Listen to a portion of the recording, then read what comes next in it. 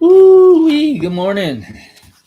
Good Tuesday morning. We are, and we're going to do the intro, the introduction or the forward, I guess, for the slide edge, right? So in the forward, is it the forward? I guess he tells a couple of stories. Yesterday we did the intro, right? That's the intro.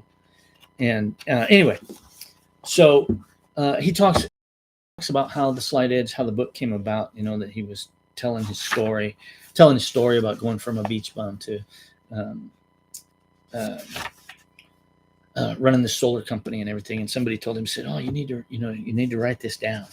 And he was telling somebody about it. They said, "Oh, you need to write this down." And so he did. And one of the things that he did, that he drew up, and you can try and you see his little chart there, right? It's kind of blurry, but you see the arrows going up and going down, right? And the arrow that goes up is 5%. 5% of the people in life are going to be quote unquote successful, right? And then 95% will be less than. I don't want to say that. I don't want to say it like that. Out of all the things that you do, 5% are successful, 95% are not, right? And he says his philosophy and his attitude, his philosophy leads to his attitude leads to his actions lead to results, right? And results lead to what? Your lifestyle, right? Your results of what you do, right, lead to your lifestyle, your finances, your health, your business, your personal development, your relationships, right? The things that make you positive, that are positive, are responsibility and discipline, and they're driven by your values, right? And then the things that take you on the downhill slide, right, are blame and neglect and feeling entitled, right? Blaming other people, right? The things that you do, so this is the up arrow, right? The things that you do now that are uncomfortable, you'll get used to and will become comfortable later, right? Those disciplines, those values, right? The things that are comfortable now become uncomfortable later, right? So easy to do, right? Easy to do, easy not to do. It's easy to get up and go to the gym and work out. It's also easy not to get to the gym and work out, or not to get up early, right? So anyway, easy to do, easy not to do. We'll talk more about that. We'll talk more about that later. So he starts with three stories, right? We're going to go through these three stories. The first one is about the water hyacinth, right? The water hyacinth is a little teeny plant. Maybe you've seen them on ponds, right? Little ornamental flowers. They float on top of the water, right? 6-petaled flowers, and they come in various colors, right? From blue to lavender to pink, and they float on the surface of ponds in warm climates around the world, right? The water hyacinth is also one of the most productive plants on Earth, right? It says the reproductive rate astonishes botanists and ecologists. A single plant can produce as many as 5,000 seeds, but the method it prefers for colonizing new area is to grow by doubling itself. Sends out short little runner stems that become daughter plants, right? So if a pond's surface is fairly still and undisturbed, the water hyacinth can cover an entire pond in 30 days. On the first day, you won't even notice it. One little flower, right? The first few weeks, it says you have to search kind of hard to find it. On day 15, it'll cover perhaps a single square foot of the pond's surface, right? On the 20th day, you might see a little dense patch of floating foliage about the size of a small mattress. On day 29, half of the pond's surface is still open. But on the 30th day, the entire pond would be covered with a blanket of water hyacinth, and you won't see any at all. You won't see any water at all, right? And so that's the power of doubling, right? And we'll see that again in a minute. And the next story is about two different frogs, right? It says two frogs left the safety of their swamp. They went to a nearby farm. They found themselves in a dairy. They were hopping around, because frogs will do that. And they jumped into a milk pail that was half full of cream. And man, they thought, this is great. We never tasted anything like this. And they drank and drank, and pretty soon they were both full, and they were getting a little bit sleepy, and they said, okay, let's get out of here. But they found out they were full and they were fat, and they couldn't reach the bottom of the bucket. And so they had nothing to put their feet on, and they couldn't jump out. Right. And so, and they couldn't climb, right? They couldn't climb up the side of the pail, and there was nothing they could put their feet on for traction to get a good hopping distance. And so they started thrashing around, right? And they swam and they swam and they swam. And finally, one of the frogs said, I can't do it anymore. It's no use. Let's just give up and die, right? And the first frog says, no, we should never give up. And the second frog said, there's just no hope. And he just stopped swimming, and he sank to the bottom of the cream, and that was it, right? The first frog, man, he refused to give up, and he just kept swimming around and around and around, and finally he couldn't swim anymore, and he just stopped, right? And then, to his amazement, he didn't sink. He sat exactly where he was, and it was solid underneath his feet. And what had happened was he kept churning this cream, and what happened? It turned into butter, right? And so now he had something to stand on, and he jumped out of the pail, right? Silly story. The third choice is a man who's, and you've probably heard this one before, the man who is getting ready to pass away, and he knows that his days are few, and so he brings his son in and says, I'd like to give you guys everything in the world, but I want you to have 3 treasures, right? He said, my dying wish that you would have these 3 treasures. The first gift is easy to give, never runs out. I've been giving it to you since the day you were born. The second gift is easy to give, but not always easy to have. For some, it never runs out, but for others, it constantly runs out. He says, this gift I give you now, whether you keep it or not is up to you. And the third gift, he says, is impossible to give, but can only be gained. I've been showing it to you for your entire lives, but can't say whether or not you've gained it.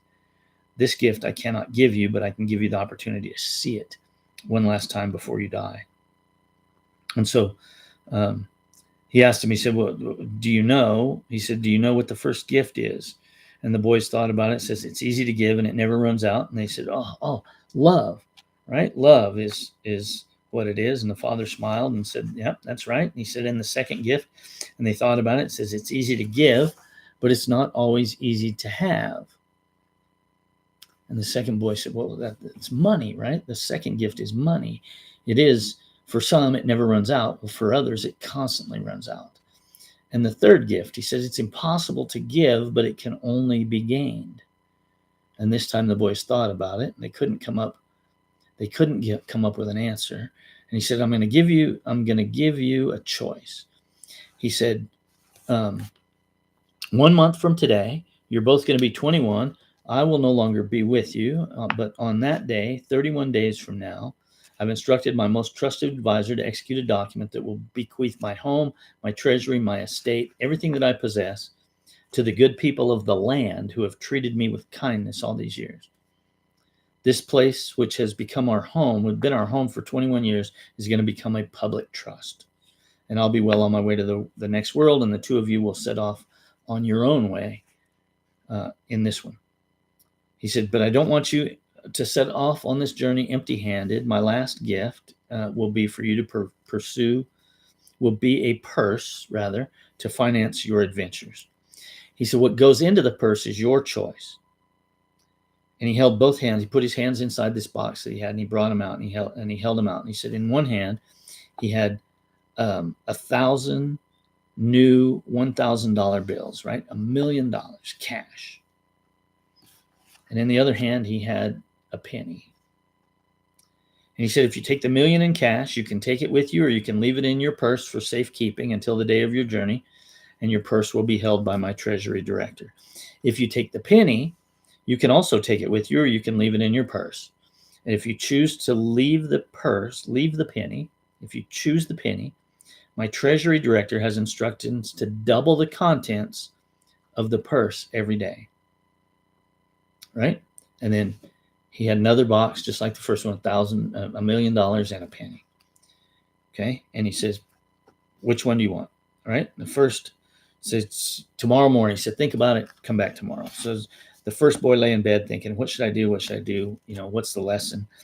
And the second boy lay awake too, but he asked himself different questions. Said he had made his decision before his father finished the sentence. Now he was making careful plans what to do for the next 31 days. The second boy the next morning got up, got the $1 million in cash, hired a consultant and a manager to help him execute his plan, rented out a hotel suite, did back-to-back interviews, hired a staff of financial advisors, and said, man, we're on the way, right? His team spent the next week in brainstorming sessions, talking about how we're going to turn this $1 million into a fortune, right? By the third week, the plans had been selected, I's dotted, T's crossed, the advisors were locked and loaded, and they spent the next few days. The boy spent the next few days keeping in touch with his financial advisors. And when he got to their house, he was shocked to hear his brother's account, right, of the past few weeks, right? And so the first boy had decided to take the penny, right? And he left it in the purse. The second day, he peeked in. What did he find in the purse? Remember, it's going to double every day, right? 2 pennies, right? The third day, 4 pennies, right? On the fourth day, 8 pennies. The fifth day, there were 16 pennies, then 32 rather. By the end of the week, how much did he have? 64 cents, right? The end of week 2, the month is almost gone, right? His pennies just shy of $90, right? $81.92, right? His brother's financial team spending all this money, right? Spending all this money. The third week, $655 in the boy with the pennies, right? And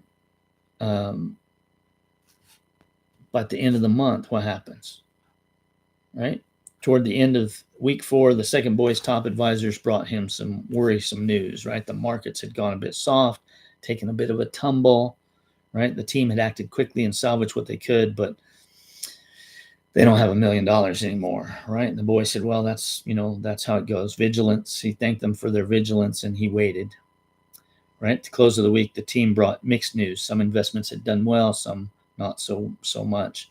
The boy had made a modest gain, right? His team had succeeded in turning that $1 million into $1.5 million, but his expenses, including their commissions, tax, bills, broker fees, everything came to just over $500,000. So he's still right where he was, right? Actually, just a little less. And he rushed to see his brother to see how his $655 came along, right? But on day 28, the purse of pennies passed the $1 million mark. And on day 29, it was $2.5 million. And on day 30, it had doubled to more than $5 million, right? The boy who chose the penny had discovered that 8th wonder of the world, right? Compound interest. Today, the boy that chose the penny was worth more than $10 million. Exact $737,418.24. Right? So here's a question for you. How we wrap up today. 2 boys, 2 frogs, 2 powerful choices, right? Riches or poverty, life or death. Guess what? You make these same choices every day, every hour, right? And the choices that you make are spreading throughout your life, just like that water hyacinth. You might not see results today or tomorrow or even next year. In fact, by the time you do see the results, the process is probably so far along that the surface of the pond is going to be completely covered, right? When the wealthy man spoke to his sons, the second boy thought he was offering the choice of which money to take. But the first boy listened more carefully. He remembered the money was only the second gift. He understood the choice was not whether to take the penny or the sheaf of bills. The choice was whether or not to take the third gift. And the third gift was wisdom, right? The lesson wasn't about money. The lesson was about wisdom. It was a lesson about compound interest and leverage and geometric progression and growth. It was a lesson about the slight edge, right? The slight edge. The choice that the wealthy man offered to his sons is the same choice that the world offers you every single day. Every hour, whether sickness, health, poverty, abundant wealth, loneliness, alienation, or a rich and growing circle of friends. The slight edge is your guide to the wealthy man's gift, right? It'll help you learn the habits of thought and action, allow you to choose the penny doubled every time. It'll keep you paddling until the cream becomes butter, and will give you the power to choose what to plant in your life so that you can end up completely covering the pond, right? The slight edge. What's easy to do is easy not to do. Remember, the uncomfortable things that we do today become comfortable later. The uncomfortable thing, the things that we choose today that are comfortable, staying in bed instead of going to the gym, right? Those are the things that become uncomfortable later on in life when your health is suffering, your balance, your flexibility, right?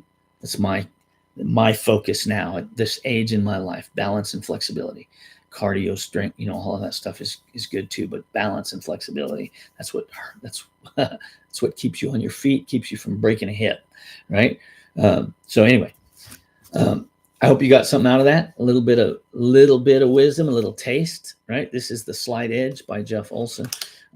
I hope that you will join us on our journey through this slight edge. We will, I'll work the chapters out so that we finish before the end of the month, right? So that we move into so we move into January of 2024 with a new book, a new direction, but we finish with this wisdom of the slight edge. Okay. All right. We'll see you tomorrow morning right here, Millionaire Mindset Book Club. Get out there and make today the best day of your life so far. See you tomorrow.